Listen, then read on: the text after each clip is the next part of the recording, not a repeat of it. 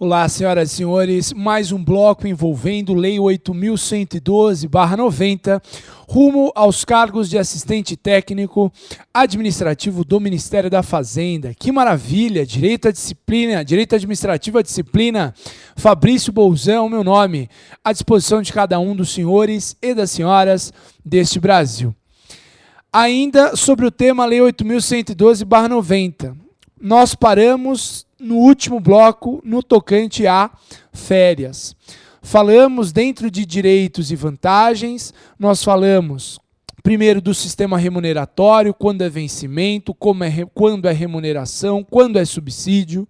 Nós falamos das vantagens pecuniárias, que são as indenizações, as gratificações e os adicionais, e nós chegamos nas férias, ok? Então, dentro de direitos e vantagens, nós somos até férias. Daqui a pouco entraremos em licenças, ok? Por que daqui a pouco? Pelo seguinte, neste meio tempo, entre as gravações, nós tivemos um julgado muito interessante do STJ, do Superior Tribunal de Justiça, envolvendo o tema estágio probatório. Então, só para rememorar um pouco a questão. No último encontro que eu tive com vocês, nós comentamos que uma coisa é a estabilidade e outra coisa é o estágio probatório. Ok? Uma coisa é a estabilidade, outra coisa é o estágio probatório. Para conseguir a estabilidade, concurso, provimento efetivo. Concurso, provimento efetivo. Então, tem que ocupar um cargo de provimento efetivo. E para ocupar um cargo de provimento efetivo, tem que passar por concurso público. Estabilidade, a partir de 1998, 3 anos de efetivo exercício. E um último requisito para conseguir a estabilidade, a aprovação no estágio probatório.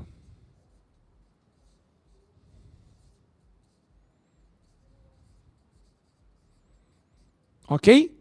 Então, para conseguir estabilidade, concurso de provimento efetivo, para cargo de provimento efetivo, após 98, 3 anos de efetivo exercício e aprovação no estágio probatório. Maravilha? Bom, lá na Lei 8.112 de 1990, artigo 20, falava em 24 meses, medida provisória 431 falou em 36 meses, e a lei que transformou essa medida provisória é a Lei 11.784 de 2008, que não atendeu essa alteração da MP 431 e logo voltamos para os 24 meses. Então, meus caros, se cair na prova qual o prazo que está na Lei 8.112/90 hoje, voltamos aos 24 meses. Se perguntar se isso aqui é constitucional, o STF, por meio do seu presidente,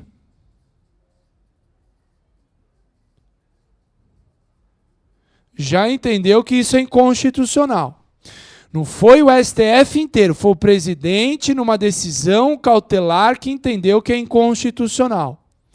O STJ entendia até o dia 22 de abril de 2009, entendia que não tinha problema prazo de estágio probatório ser de 24 meses.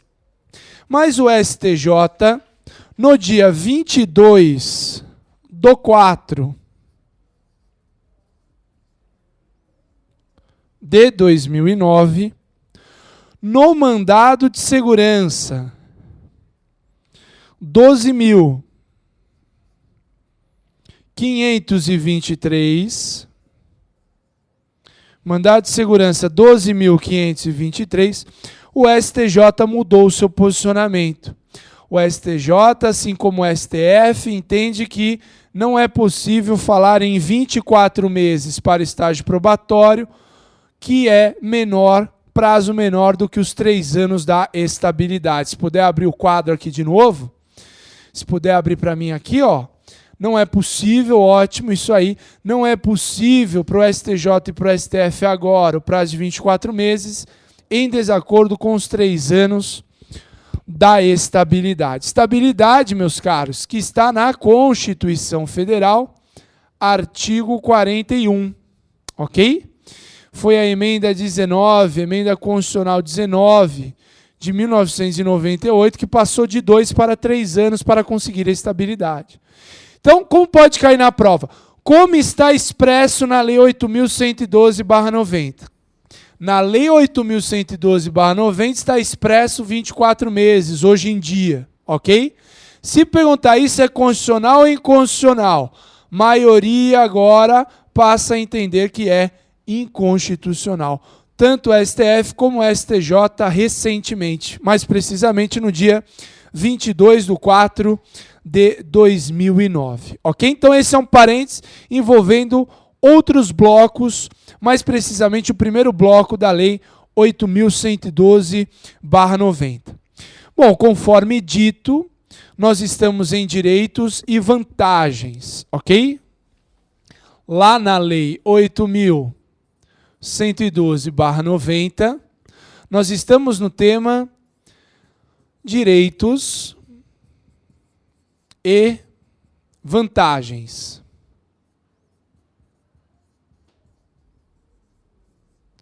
Direitos e vantagens. Nós já falamos do sistema remuneratório.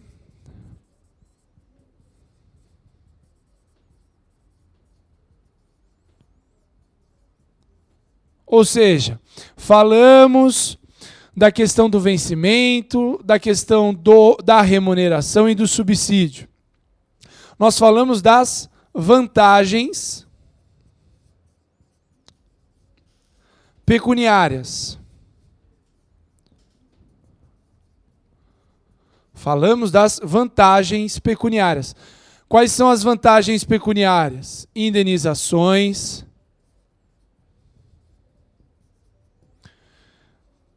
gratificações e também os adicionais. Dentro de direitos e vantagens, nós falamos também de férias. Ok? Bom, a partir de agora nós vamos falar das licenças. Isso mesmo. A partir de agora nós vamos falar das licenças, ok? Em relação às licenças, eu peço a ajuda do nosso colega o Fábio para colocar para a gente o artigo, Fábio, 83, por gentileza. Artigo 83 da Lei 8.112/90.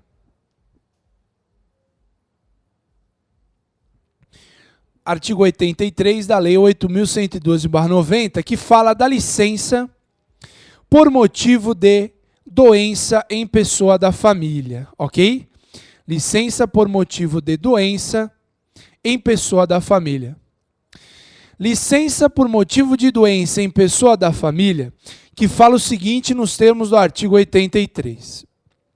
Poderá ser concedida licença ao servidor por motivo de doença do cônjuge ou companheiro, dos pais, dos filhos, do padrasto ou madrasta e enteado ou dependente que viva às suas expensas e conste do seu assentamento funcional, mediante comprovação de perícia médica oficial. Bom, em primeiro lugar, o que é importante saber, meus caros? Eu só posso falar nesse tipo de licença se tiver, grife para mim, Fábio, parte final, se tiver comprovação por perícia médica oficial, ok? Estamos falando da licença por motivo de doença em pessoa da família. Eu só consigo essa licença se tiver comprovação por perícia médica oficial, ok? Que mais que é interessante? Quem que é família para falar desse tipo de licença, né? Quem que é família? Meu vizinho é família? Pô, mas ele é meu irmão, eu gosto tanto dele. Não, meus caros, família é isso aqui, ó. Grifa para mim, Fábio. Família é cônjuge ou companheiro, pais, filhos, padrasto, madrasta, enteado ou dependente que viva às expensas e conste do assentamento funcional do servidor. Até assentamento funcional, por gentileza, Fábio.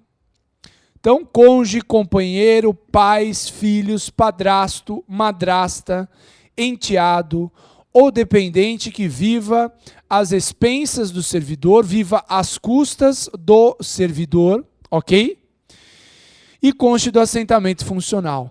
Meu caro, não sei se é possível virar aí o... É possível virar, porque eu tô olhando para um lado aqui e esse cara tá chupeta, né? Já tá bêbado aí, Fabrício.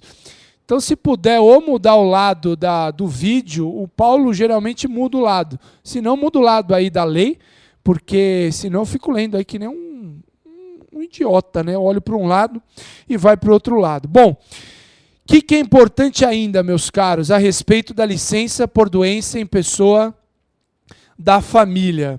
Licença por motivo de doença em pessoa da família, é importante saber o seguinte.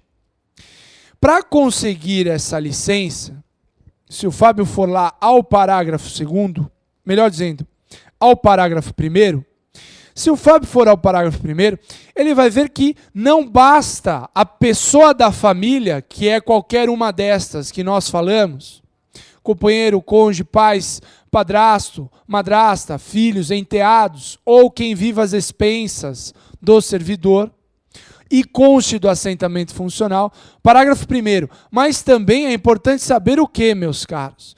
Também é importante saber que não basta estar doente para conseguir a licença. Olhem lá. O servidor candidato a cargo... Não, é o 83, meu caro. É o 83, parágrafo 1º.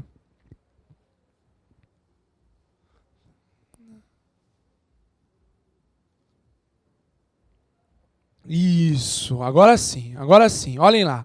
83, parágrafo 1º. A licença somente será deferida se a assistência direta do servidor for indispensável e não puder ser prestada simultaneamente com o exercício do cargo ou mediante compensação de horário, ok? Então não é só ter pessoa com doença na família. Grifa para mim, Fábio, por gentileza. É o quê? Tem que preencher esse requisito também. Ela só será deferida se a assistência direta, coloca aí, a assistência direta do servidor for indispensável e não puder ser prestada simultaneamente com o exercício do cargo ou mediante compensação de horário, ok?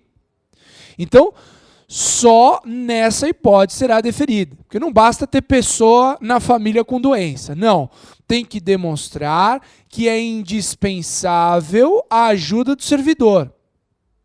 Que essa ajuda do servidor não pode ser prestada simultaneamente com o trabalho, nem em regime de compensação de horas.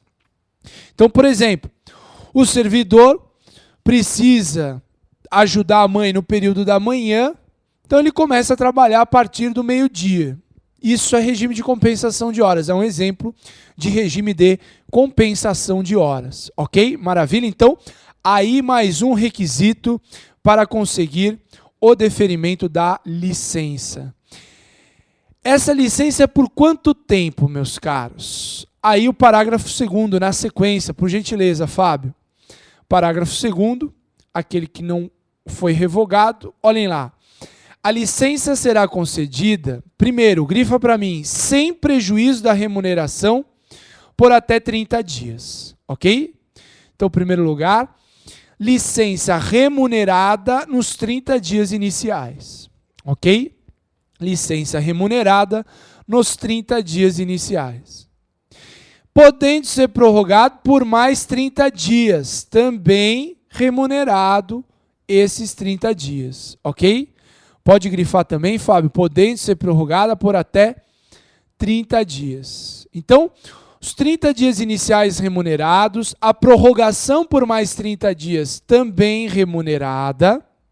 Mas, meus caros, se precisar de mais tempo, os 90 dias finais serão sem remuneração, ok?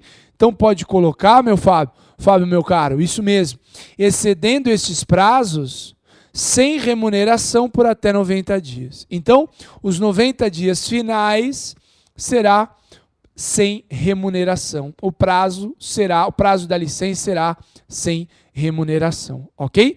Então, como é que eu entendo isso? Total 150 dias, 30 dias iniciais remunerados. Pode prorrogar por mais 30 dias também remunerados. Os 90 dias finais sem remuneração. Maravilha? Tranquilo? E o parágrafo 3º, Fábio, que tem redação nova de lei de 2009. Olhem lá. Examinador gosta de lei nova, né? Olhem o que fala o parágrafo 3º ainda sobre a licença por motivo de doença em pessoa da família. Não será concedida nova licença em período inferior a 12 meses do término da última licença concedida. Ok? Então pode grifar esse parágrafo inteiro, meu caro, porque realmente é algo novo e o examinador gosta de coisa nova na hora da prova. Ok?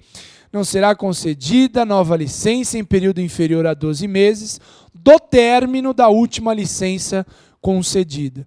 Então, se acabou em abril de 2008, até abril de 2009 não é possível nova licença por motivo de doença em pessoa da família, ok? Então, as observações mais importantes sobre essa primeira licença nós já falamos com vocês. Próxima licença, Fábio, está aí na sequência. Licença por motivo de afastamento do cônjuge, ok? Licença por motivo de afastamento do cônjuge. Olhem o que fala o artigo 84 sobre o tema licença por motivo de afastamento do cônjuge.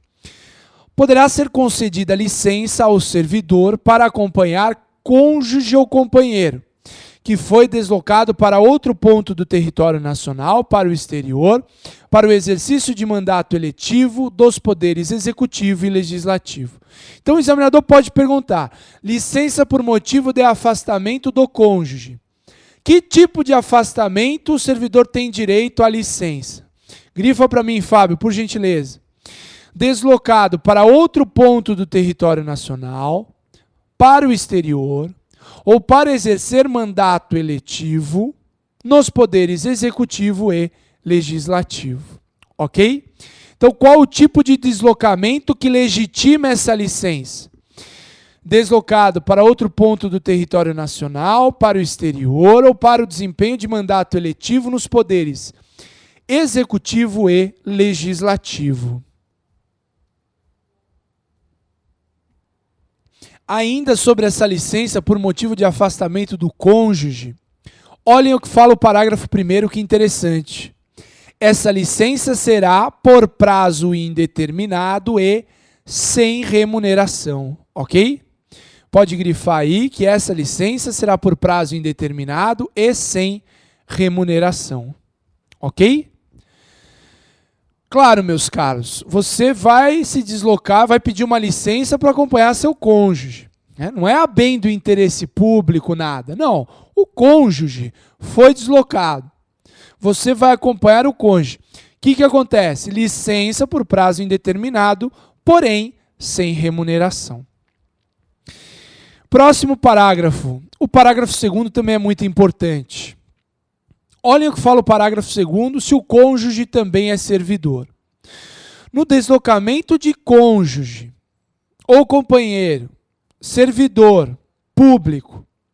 Então, no deslocamento de servidor, cujo cônjuge ou companheiro também é servidor público, civil ou militar, de qualquer dos poderes da União, dos Estados, Distrito Federal e municípios, poderá haver exercício provisório em órgão ou entidade da administração federal direta, autárquica ou fundacional, desde que para o exercício de atividade compatível com o seu cargo. Então, vamos grifar o que é importante aqui, Fábio, desse parágrafo 2º. Em primeiro lugar, grifa para mim, no deslocamento de servidor cujo cônjuge ou companheiro também é servidor público.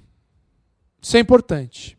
Então, deslocamento de um servidor cujo cônjuge ou companheiro também é servidor público. O que é possível fazer com esse cônjuge ou companheiro? Olhem lá.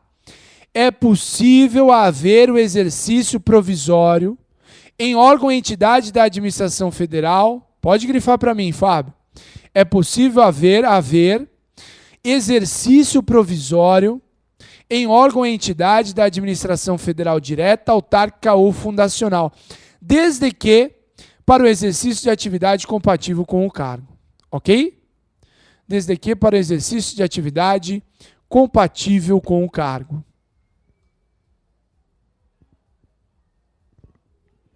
Então, se o servidor é casado com outro servidor ou tem por companheiro um outro servidor, é possível, meus caros, para esse servidor não ficar sem fazer nada, é possível o exercício provisório de suas atividades em órgão ou entidade da administração federal direta, autárquica ou fundacional, desde que a atividade compatível com o seu cargo. Ok? Maravilha? Então, essa licença por motivo de afastamento do cônjuge ou do companheiro. Licença para o serviço militar. Próxima licença. Bom, essa é óbvia, né? Licença para o serviço militar é uma licença que tem por objetivo o quê, meus caros? Tem por objetivo o serviço militar. Então, o servidor convocado para o serviço militar será concedida a licença na forma e condições previstas na legislação específica, ok? O que é importante? O examinador vai perguntar o que é licença para o serviço militar? Não, porque é muito fácil. O próprio nome explica o instituto. Licença para o serviço militar é a licença para o desempenho do serviço militar. Aonde que o examinador pode pegar?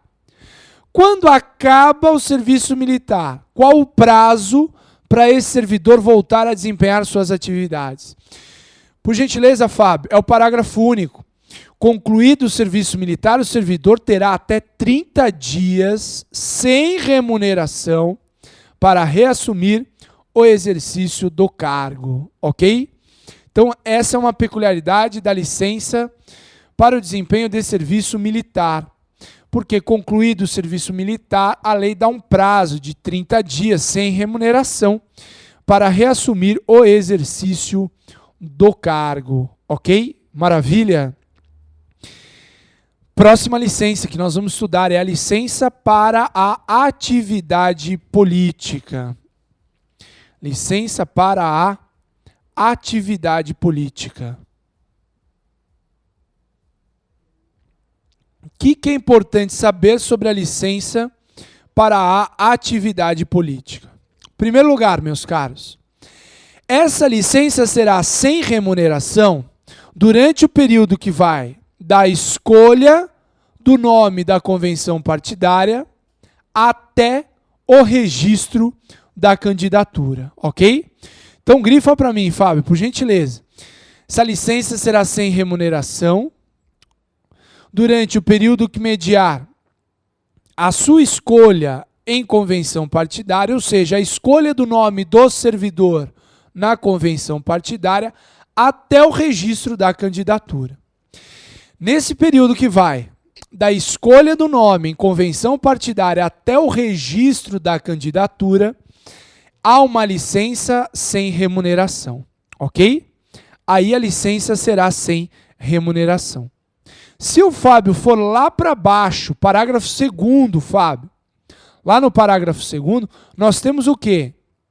Que a partir do registro da candidatura até o 10º dia seguinte ao da eleição, o servidor fará jus à licença, assegurados os vencimentos do cargo efetivo somente pelo período de 3 meses. Então, será com remuneração, grifa para mim, Fábio, a partir do registro da candidatura até o 10º dia seguinte ao da eleição. Neste caso, neste período, a licença será com remuneração. Então, do registro até o 10º dia seguinte ao da eleição, a licença será com remuneração. Período máximo dessa remuneração, Fábio? 3 meses. Isso mesmo. Período máximo dessa remuneração, 3 meses. Pode pôr só embaixo, período máximo 3 meses, isso mesmo. Período máximo 3 meses de remuneração. Então, o interessante dessa licença é isso. Em primeiro lugar, se o Fábio voltar lá para o começo, do período que vai da escolha do nome do servidor até o registro da candidatura, nós temos o quê? Uma licença sem remuneração, ok? No período da escolha do nome na convenção até o registro, sem remuneração. Descendo, Fábio, do período que vai do registro da candidatura até 10 dias seguintes à eleição, será remunerado. Mas esse período do registro até 10 dias seguintes será remunerado no máximo 3 meses, ok? Se esse período for maior do que 3 meses, não haverá a remuneração. Mais uma licença, licença capacitação. Licença para capacitação. Licença para capacitação, que tem uma redação que não é nenhuma dessas, porque todas aí estão revogadas, ok? É a do 87, com lei dada por Lei 9527 de 97. Olhem lá o que fala a licença para capacitação no artigo 87 da Lei 8.112/90.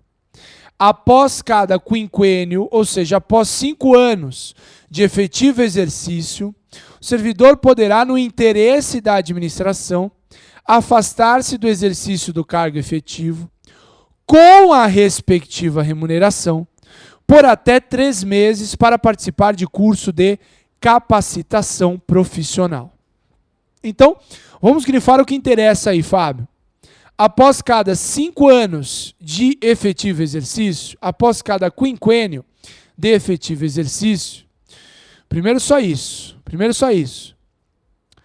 o servidor poderá, a critério da administração, no interesse da administração, após cada 5 anos de efetivo exercício, grifa de afastar para baixo agora. O servidor poderá afastar-se do exercício do cargo efetivo com a respectiva remuneração por até 3 meses. Para quê? Para participar de curso de capacitação profissional. Ok? Isso mesmo, para participar de curso de capacitação profissional. Então, essa licença para capacitação profissional, a cada 5 anos efetivamente trabalhados, o servidor poderá se afastar do exercício do cargo efetivo com a respectiva remuneração por até 3 meses, para participar de curso de capacitação profissional. Mas se o Fábio puder grifar de uma outra cor, isso ocorrerá no interesse da administração. O que significa isso se o examinador perguntar na prova? Cumpridos 5 anos de efetivo exercício, ele imediatamente tem direito? É um direito subjetivo dele ou é a administração que vai decidir se defere ou não essa licença para capacitação? É a administração que vai decidir. Não é porque preencheu os 5 anos de efetivo exercício que automaticamente ele ganha esse direito. Não. É a administração que vai analisar e decidir se defere ou não esse pedido. Parágrafo único também é importante. Por que o parágrafo único é importante sobre essa licença para capacitação? Porque a pergunta é, quando eu falo em 5 anos de efetivo exercício, eu fico preocupado com o seguinte: Fabrício, eu já estou 10 anos na administração. Eu posso acumular esses períodos? Eu posso somar 5 anos mais 5 anos e ficar 6 meses em casa, descansando? Descansando não, no caso, se preparando aí num curso para capacitação? Sim ou não? O que vocês acham? Parágrafo único fala tudo, né, Fábio? Períodos, os períodos de licença de que trata este artigo, o caput deste artigo, não são acumuláveis, ok? Então, 5 anos de efetivo exercício, peça e reze para a administração deferir.